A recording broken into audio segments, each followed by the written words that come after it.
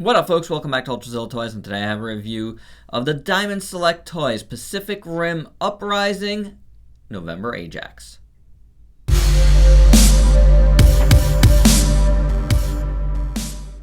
Alright, my zillions, we're getting towards the end here of Wave 3 of the DST Jaegers, and I really want to thank them once again for sending these guys over. I've had a great time reviewing these in the past almost a year.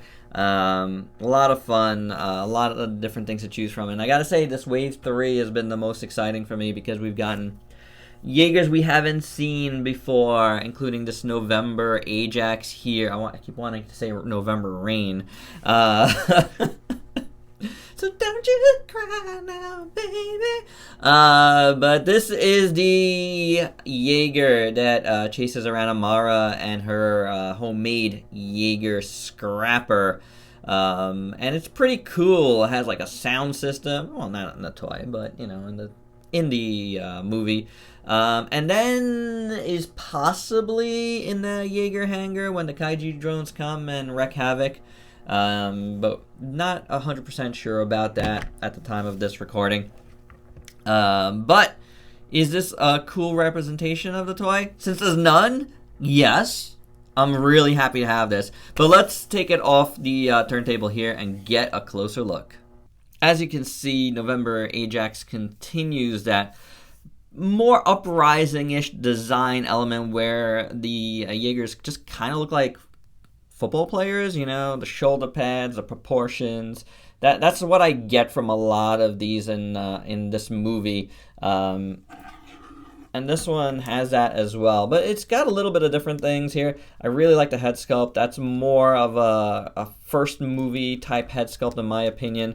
I really dig it. It's a nice looking piece. The metal is the plastic's kind of pearlescent to give off a little bit of a metal feel. I like the light blue, and I just like the overall sculpt of it. It looks good, and the paint is fine on it.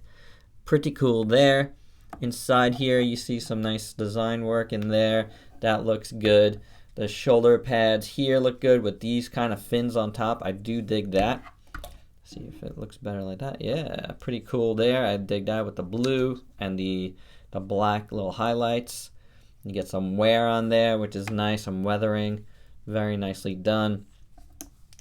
The chest piece looks really cool. Dig that. And with all the little light blue highlights all around. That is nicely done on his arms. Just continues that motif. Really well done. As you see here, he's got one fist here and one open hand here. And I'll show you the others. Comes with the alternates of both. So here you have the other open hand. Get a better look at that. Well done. And the other fist. Equally well done. They came off easy, nice and simple, really no problem at all changing out. So that's good. Torso looks good. Really dig the design and the way they executed. You know, crotch piece looks good. Legs, nice. All the way down. Really liking how this turned out here. It's nice and smooth, and the paint looks good, well applied. You got silver in there, which is nicely done. You got silver on the inside of the legs, which is really well done. On the sides, you got some extra wash here throughout. Really good looking. I love how this looks in his calves. So you can see, you know, when he walks, these gears would go up and down, and I think it's a really good representation of that. So very nicely done throughout. I really, really dig what DST did with the sculpt. Articulation on November Ajax. You got a head here that can swivel back and forth. It is on a ball joint. Can go back and forth just a bit. But it is free moving. I've had some trouble with a couple of the other ones where the heads are really stuck. This one is not, which is good. The ab joint is good. Works well. Can't really go forward much, but it works. That's due to the sculpt of the Jaeger here. The only way that would have worked if this was a little hinge and if hinged forward, but yep, don't have anything there. You got hinge ball joint action there, works well. This here, shoulder pad is on a ball joint, so you can move it a little bit. Now, right here I have looseness. It stays, but as you can see, if I just knock it down, it goes down. So very loose here at the shoulder.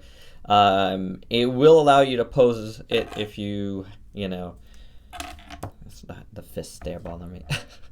If you just lock it into place there, but it does it has like no detents in between. This side does. So this side works fine. You feel it click. It's soft ratcheted, but it's there. This one I must have busted a ratchet in there, so there you go. You do have a elbow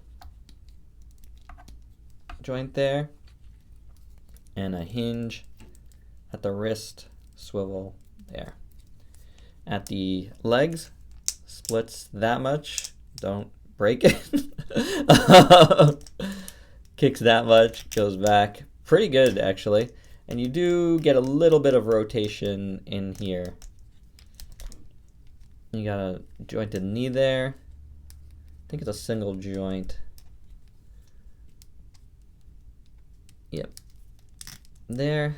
And then the foot, you can get a little rocking action out of it. Not much back and forward motion though.